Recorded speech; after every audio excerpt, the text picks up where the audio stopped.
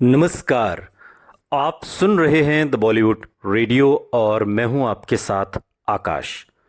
दोस्तों, आज के इस पॉडकास्ट में बात राजेश खन्ना और उस दौर की होगी जब राजेश खन्ना की फिल्मों ने लड़खड़ाना शुरू किया था।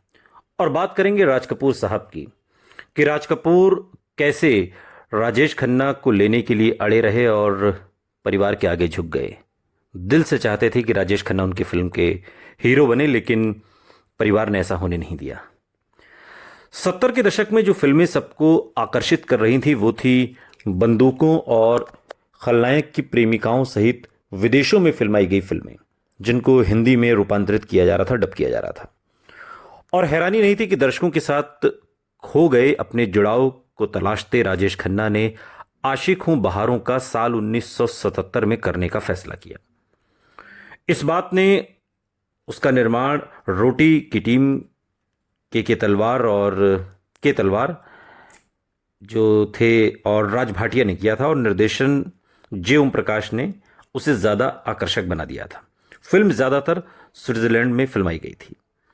आशिकों बहारों का की पूरी रूपरेखा बिल्कुल बनावटी लगती थी और कोई भी ये भूल नहीं पाता कि निर्माता फिल्म चलाने के लिए केवल स्विट्जरलैंड में एल्प्स पर्वत के किनारे शूट किए गए एक्शन, भावनाओं और नाच गाने जैसी सामग्री पर ही भरोसा कर रहे थे, जबकि दौर बदल रहा था। डैनी डिंजोंगपा को इस बात का डर था और उन्होंने राजेश खन्ना से ये कहा भी, लेकिन उन्हें सिर्फ ये जवाब मिला कि निकल जाएगी फिल्म, हो जाएगा। फिल्म में काम करने वालों को तनख्वाह समेत छुट्टी का एहसास हुआ होगा कि स्विट्जरलैंड में घूमने का मौका मिला, और राजेश खन्ना के लिए मामा के तलवार का वहां होना एक तरह से परिवार के साथ सैर सपाटा रहा होगा।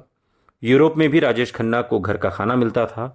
उनकी मामी मधु तलवार की मेहरबानी से, जो अपनी पाक कला के लिए जानी जाती थी, बेहतरीन कुक थी, बहुत अच्छा खाना बनाती थी। राजेश खन्ना को उनकी बनाई मटन करी और दाल मखनी बहुत पसंद थी, और मधु तलवार बाद के दिनों में एक इंटरव्यू में याद करते हुए उन्होंने इस बात का जिक्र भी किया था। और मधु तलवार को याद करते हुए कैसे उन्होंने हयात के बावर्ची खाने का एक हिस्सा हथिया लिया था ताकि काका के लिए घर का खाना बन सके, इस बात का भी जिक्र उस इंटरव्यू में है। एक अविश्वसनीय सी फिल्म जो जे ओम प्रकाश के फिल्मी करियर में एक दाग की तरह है। आशिक हूं बहारों का के लिए कोई कुछ नहीं कर सकता था, और वो राजेश खन्ना की गलतियों की बढ़ती हुई फेहरिस्त से जुड़ी हुई थी, क्योंकि राजेश खन्ना को ये लग रहा था, काका को, कि ये फिल्म मेरी मौजूदगी से ही चल जाएगी, जबकि दौर बदल चुका था, सिनेमा बदल रहा था, फिल्में अलग तरीके की लिखी जा रही थी। खैर, फिल्म नहीं चली, और अपनी अगली फिल्म के बालचंदर के साथ आईना में राजेश खन्ना ने एकदम से यूटर्न ले लिया। एक शहरी वैज्ञानिक से एक गांववाला बनकर, जिसमें उनकी कुछ लंबी विशेष भूमिका थी। ये सिर्फ राजेश खन्ना की मुमताज के साथ आखिरी फिल्म ही नहीं थी, बल्कि इत्तेफाक से मुमताज की आखिरी फिल्म भी थी। फिल्म में राजेश खन्ना के केवल 4 सीन थे, और पूरी तरह से मुमताज की फिल्म, जिसमें वो एक ऐसे ब्राह्मण परिवार में की सबसे छोटी बेटी का किरदार निभाती हैं जिसके बुरे दिन चल रहे हैं। राजेश खन्ना विरले ही भारतीय सुपरस्टार रहे होंगे जिनके पर्दे पर अवतार उनके सितारे के रूप में कद के अनुरूप रहे हैं, और पलकों की छांव में जो साल 1977 में आई, उनकी भूमिका इसकी सही मिसाल है। गुलजार द्वारा लिखित और उनके पुराने सहायक मेराज द्वारा निर्देशित पलकों की छांव में खासकर गुलजार की फिल्म और पूरी फिल्म पर गुलजार की छाप है। राजेश खन्ना को सादगी से एक विश्वसनीय भूमिका में उतारा गया, लेकिन फिल्म फिर भी नाकामयाब रही, फ्लॉप रही।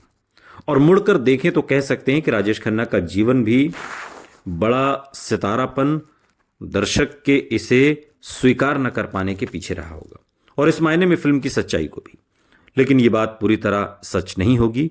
एक सुपरस्टार की हैसियत में राजेश खन्ना ऐसे किरदारों को निभाने में हमेशा उत्तम रहे थे जो बिल्कुल आम थे, और उनका तमाम काम ऐसी फिल्मों से भरा हुआ था जिसमें वो हमारे आसपास रहने वाले आम लोगों जैसे ही लगते थे। और उन्होंने तो अपना करियर ही बिल्कुल आम आदमी की तरह गढ़ा था, लेकिन ये कुछ प्रयोग राजेश खन्ना पर भारी पड़ने लगे। फिल्म में कुछ बुनियादी दिक्कतें थीं, जैसे जो कॉन्टिन्यूटी होती है, निरंतरता। सड़क पार करते राजेश खन्ना के बाल और दाढ़ी जादुई रंग से बढ़ जाते हैं, जादुई ढंग से बिल्कुल। लेकिन उस दौर की फिल्मों में ऐसी बातें आम थी। इसके अलावा एक अटकलबाजी भी की जा सकती है कि फिल्म राजेश खन्ना के करियर में गलत वक्त पर आई। पलकों की छाँव में को सिर्फ बहुत उम्दा एक गाना है, आपको याद होगा, वो गाना सबने सुना है। फिल्म फ्लॉप हो गई, गाना सुपर डुपर हिट हो गया, और गाने के बोल हैं, डाकिया डाक लाया, डाक लाया, डाकिया डाक लाया। और इस फिल्म को इस गाने के लिए देखा जाता है जिसमें किशोर कुमार का एहसासों को शब्दों में ढाल देने का हुनर अपने चरम पर पहुंचा। और ऐसे वक्त में जब चतुराई से बोलने वाले शहरी धोखेबाज और शहरी मध्य वर्ग का बेसुरापन किसी भी काबिल अदाकार को खींच रहा था, राजेश खन्ना ने बेखटके गांव के डाकिये की भूमिका निभाई और आम होने का प्रतीक था। पलकों की छांव के बाद वो इसी छवि के साथ आगे बढ़े और एक ऐसे निर्माता के साथ भागीदारी कर ली जो आम आदमी को बारीकियों से कुछ बेहतर जानते थे। बासु चटर्जी और राजेश खन्ना का जोड़ कुछ उतना ही बेमेल था जितनी वो फिल्म जो उन्होंने एक साथ में मिलकर की।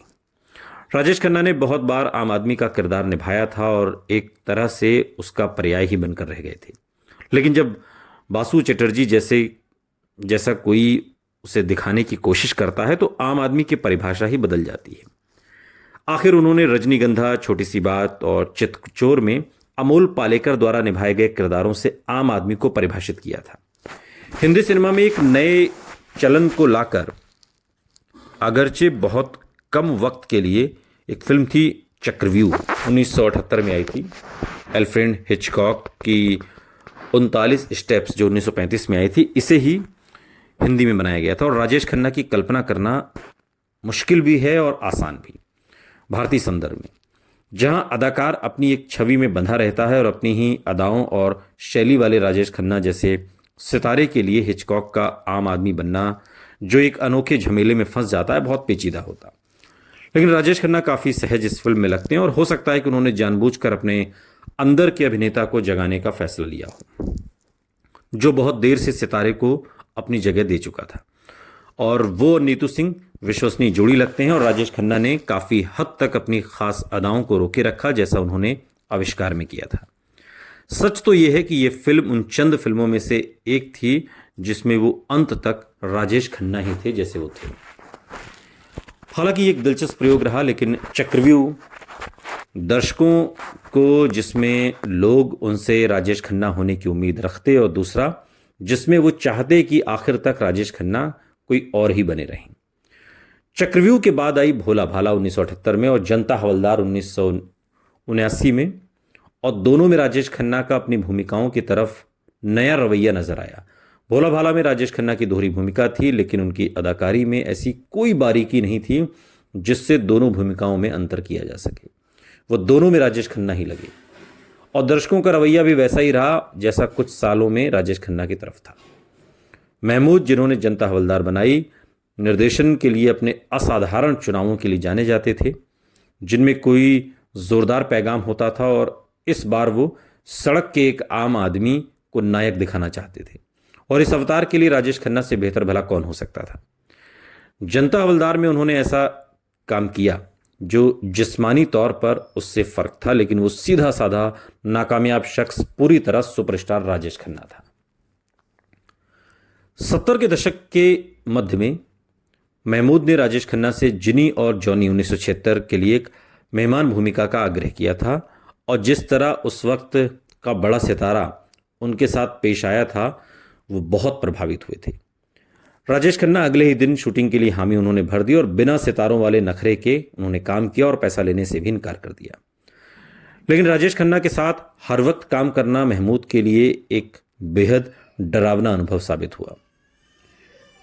उन्होंने एक इंटरव्यू में कहा कि मैंने राजेश खन्ना से बहुत बड़े सितारों के साथ काम किया था। बात के दिनों में वो ये सोचे बिना नहीं रह सके कि राजेश खन्ना को लेना एक बहुत बड़ी गलती थी। फिल्म खत्म होने से पहले हताश महमूद ने राजेश खन्ना को पीट भी डाला था। इस तरह की खबरें हैं कि मारपीट हुई है। ये उनका राजेश खन्ना को ये स्पष्ट कर देने का तरीका था कि वो कोई शक्ति सामंत या रूपेश कुमार नहीं थे जो उन्हें खुश करते चले जाएंगे। महमूद ने आगे जोड़ा कि जो साथी राजेश खन्ना ने बना रखे थे, उन्होंने ही राजेश खन्ना के करियर को तबाह किया था। अबरार अलवी द्वारा लिखी गई महमूद की फिल्म में राजेश खन्ना के साथ योगिता बाली थी और फिल्म एक निराशा थी जो सिर्फ अनवर अली के गाए गीत हमसे का भूल हुई के लिए याद की जाती है, जो रफ़ी के पहले क्लोन थे और 80 के दशक में चारों ओर फैलने वालों में से एक। जब बेवजह देरी के बाद नौकरी साल 1978 में रिलीज हुई तो वो आलोचनात्मक और व्यावसायिक ढंग से बेहद नाकामयाब रही। उसे लेकर राजेश खन्ना की बुरी तरह से बुरी आशंका से भी बहुत ज़्यादा बुरी। फिल्म के आने से तकरीबन आधे दशक तक देर के कारण राजेश खन्ना को इस फिल्म से कोई उम्मीद नहीं थी, चाहे उसके साथ राज कपूर और ऋषिकेश मुखर्जी जैसे नाम ही क्यों ना जुड़े हों। संगीत निर्देशक सलील चौधरी की कहानी पर आधारित नौकरी इतनी बड़ी निराशा थी कि गुजरते वक्त के साथ दर्शकों की याद से ही वो लोप हो गई, गायब हो गई। और राजेश खन्ना ऋषिकेश मुखर्जी के मेल को आनंद नमक हराम बावर्ची के लिए ही याद किया जाता है, जो सही भी है। राजेश खन्ना के लिए राज कपूर के साथ पर्दे पर काम करना, जिसे वो पूजते थे, इस फिल्म को करने का सबब बन सकता है। लेकिन विडंबना है कि लोग उन दोनों को उस यादगार पल के लिए ज़्यादा याद करते हैं जिसमें उन्होंने पर्दे पर मनमोहन देसाई की फिल्म नसीब, जो साल 1981 के लिए एक गाना है जॉन जॉनी जनार्दन, ये गाया था। और उसी अरसे में राजेश खन्ना ने राज कपूर की सत्यम शिवम सुंदरम, जो 1978 में आई थी, राज कपूर द्वारा निर्देशित किए जाने का मौका खो दिया था। और जब हैरानी की बात है कि हिंदी सिनेमा के शोमैन को उनके परिवार ने राजेश खन्ना की जगह अपने भाई शशि कपूर को फिल्म में लेने के लिए मजबूर कर दिया। जबकि राजेश खन्ना को राज कपूर पसंद करते थे, वो चाहते थे कि सत्यम शिवम सुंदरम राजेश खन्ना करें। अली पीटर जॉन का कहना है कि चाहे राज कपूर ने हथियार डाल दिए थे, फिर भी वो अपने चुने नायक को लेकर दुख प्रकट करते थे, क्योंकि शशि कपूर बेहद मसरूफ थे, बहुत बिजी थे उन दिनों। वास्तव में शशि कपूर के जो भी उनके पास आए, उसी के साथ फिल्म मंजूर कर लेने के रुझान को देखते हुए राज कपूर ने यादगार ढंग से कहा था कि ऐसा लगता है जैसे वो किसी टैक्सी के साथ काम कर रहे हैं। राज कपूर ने शशि कपूर को टैक्सी कहा था, जिसे कोई भी आने जाने वाला बुला सकता है। राज कपूर के दिल में राजेश खन्ना के लिए हमेशा एक कमजोरी रही और राजेश खन्ना के नज़दीकी भूपेश रसीन का कहना है कि राजेश खन्ना इस खोए मौके को हमेशा प्यार से याद करते थे।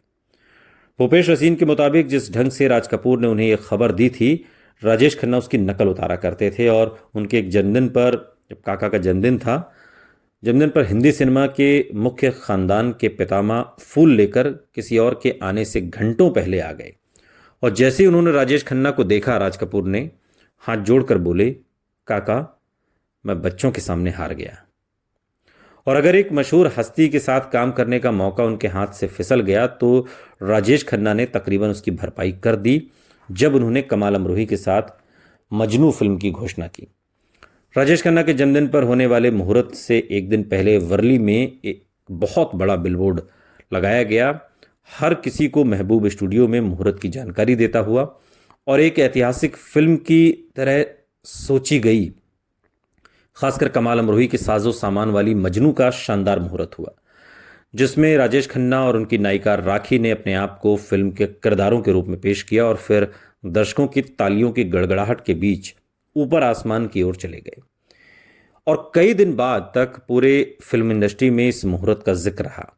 राजेश खन्ना जिससे मिलते अपनी ओर से उसे ज़रूर पूछते कि उनके मुहूर्त के बारे में क्या ख्याल था। अमर प्रेमियों लैला मजनू के रूप में राजेश खन्ना और राखी वाली इस फिल्म में राज कपूर और शमी कपूर को भी होना था, लेकिन कमाल अमरोही के जीवन से भी बड़ी कई योजनाओं की तरह ये भी हवा हो गई फिल्म और पीछे रह गई सिर्फ तस्वीरें। और अगर ये फिल्म बन जाती तो एक सामान्य आदमी कमाल अमरोही, जिसे कई लोग गलती से एक शहंशाह समझ लेते थे, और राजेश खन्ना एक इंसान जो खुद को खुदा समझता था, दोनों का ही एक मंच पर देखना बहुत दिलचस्प मिलन होता। और इस बात का सिर्फ तसव्वुर भी अब किया जा सकता है कि ये दोनों हस्तियां कैसे काम करती, खासकर अमरोही के लिखे हुए शब्दों को पर्दे पर रूपांतरित करने में बहुत वक्त लगने के रुझान के कारण। ये दोनों शख्स मिलते तो गजब होता, लेकिन मिल नहीं पाए और राज कपूर भी राजेश खन्ना को ले नहीं पाए। किस्मत है, वक्त वक्त की बात है। सुनते रहिए द बॉलीवुड रेडियो सुनता है सारा इंडिया।